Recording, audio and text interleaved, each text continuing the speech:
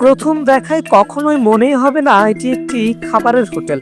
পুরোপুরি চট্টগ্রামের ঐতিহ্যবাহী মেজবানি দাওয়াতের পরিবেশে শামিয়ানার নিচে এখানে চলে হাজারো মানুষের ভোজ। সবকিছু মিলিয়ে মোটামুটি প্রাইস অনুযায়ীও ভালো। এখানে মেজবানি মাংস আছে, বিরিয়ানি আছে, এগুলা খাইলে আবার নিয়ম হচ্ছে যে গরুর মাংস হচ্ছে 1 কিলো হচ্ছে 900 টাকা, হাফ কিলো 750 টাকা, 250 গ্রাম হচ্ছে 220 টাকা। ভোজন রসিকদের এই খাবার এতই পছন্দ হয়েছে যে দূর দূরান্ত থেকে শুধুমাত্র এই খাবার খেতে ছুটে আসেন তারা।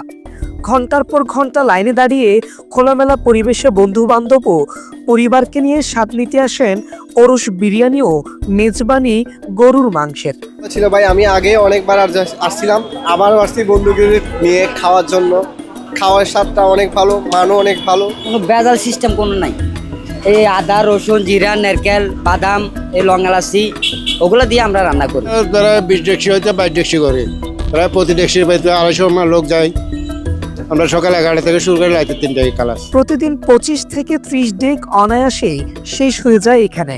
রান্নার পর 2টি গরু অতিরিক্ত রেখে দেওয়া হয় যাতে খাবারের টান পড়লে গরুগুলো কেটে ক্রেতাদের খোরাক মেটানো যায়। এই খাবারের বিশেষত্ব হচ্ছে ক্রেতাদের চোখের সামনেই গরু জবাই করে রান্না করা হচ্ছে খোলামেলা পরিবেশে, যা একেবারেই চট্টগ্রামের ঐতিহ্যবাহী মেজবানির মতো। আমি ডেলি 8টা গরুর মালা বিক্রি করি। 1 ঘন্টার ভিতরে চলে যায়, 1 ঘন্টা 2 ঘন্টার ভিতরে এগুলো চলে যায়, এগুলো থাকে না মালাগুলো। প্রতিদিন সন্ধ্যা নামলেই চট্টগ্রামের কর্ণফুলী মসজিদটেক এলাকায় মেজবানি পরিবেশে বিক্রি করা হচ্ছে ওরস বিরিয়ানি।